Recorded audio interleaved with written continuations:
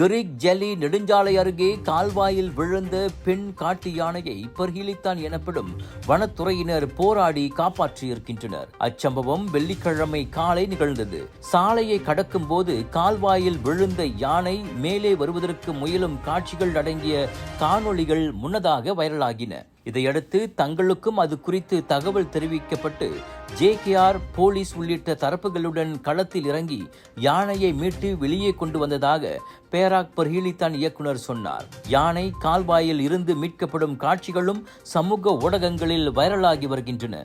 சம்பவ இடமானது கிரிக்கில் உள்ள அமான்ஜாயா பாதுகாக்கப்பட்ட காட்டுப்பகுதியில் காட்டு யானைகள் அடிக்கடி சுற்றித் திரியும் இடம் என தெரிய வருகிறது.